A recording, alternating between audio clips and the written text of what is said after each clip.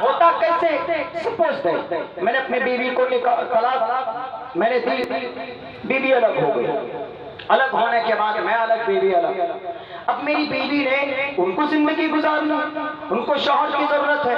انہوں نے کہیں پہ نکاح کر لیا، نکاح کے بعد میں اتفاق سے وہ شوہر بھی خراب نکل گیا، یا اس شوہر کا انتقال ہو گیا، یا اس شوہر کا ایکسیڈنٹ ہو گیا، یا گم ہو گیا وہ شوہر، یا وہاں بھی بات نہیں بنی، وہاں پر بھی جھگڑے ہوتے تھے، تو وہاں پر بھی اب وہ عورت وہاں سے یا تو طلاق لے لیتی ہے، طلاق نہیں، یا اس کا شوہر مر جاتا ہے،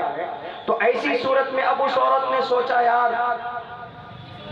اب میں یہاں نکاح کر کے آئی دوسرا گھر بسانے کے لیے، گھر بھی میرا اجڑ گیا، تو اب ایسا کرتے اب کہاں میں بھٹکوں، میں اسی دوسرے کے ساتھ پہلے کے ساتھ چلی جاتی ہوں، پہلا جو میرا شوہر تھا اس کے ساتھ میں چلی جاتی ہوں۔ تو اب یہ پہلے شوہر جس نے طلاق دی تھی، پہلے شوہر کے ساتھ نکاح کرے گا، تو بیچ میں یہ جو کام ہوا جو نکاح کیا اس نے، اس کو حلالہ بولتے ہیں، حلالہ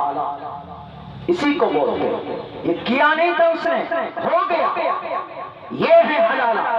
یہاں کراتے ہیں حلالہ، اور یہ لوگ جانتے نہیں، پہچانتے نہیں، سمجھتے نہیں، اسلام میں حلالہ ناجائز، مروجہ حلالہ ناجائز ہم بھی کہتے ہیں۔ اسلام میں طلاق کا بہترین طریقہ،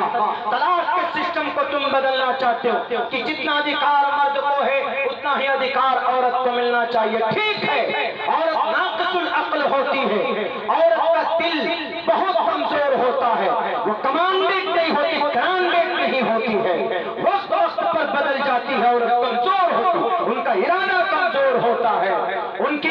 کی شہادت کمزور ہوتی ہے، اسی لیے دو عورت کی گواہی ایک مرد کے سامنے میں قبول کی جاتی ہے، کیوں؟ عورت کی کمزوری کی وجہ سے، اسی لیے اسلام نے کہا کہ عورت کو کوئی ادھیکار نہیں ملنا چاہیے، ورنہ چھوٹی بات ہوگی فوراً شوہر کو کہے گا کہ طلاق، فوراً قانون کے لیے وہ کورٹ پہنچ جائے گا کہ نہیں جناب طلاق ملنا چاہیے، میں تمہیں طلاق دیتی ہوں، یونیفارم سول کوڈ لانے سے آخر کس کو بدلنا چاہتے؟ ہمارے مسلمانوں کی شریعت کے اندر مداخلت کرنا چاہتے، مسلمانوں کی پرسنل لا کو چھیڑنا چاہتے،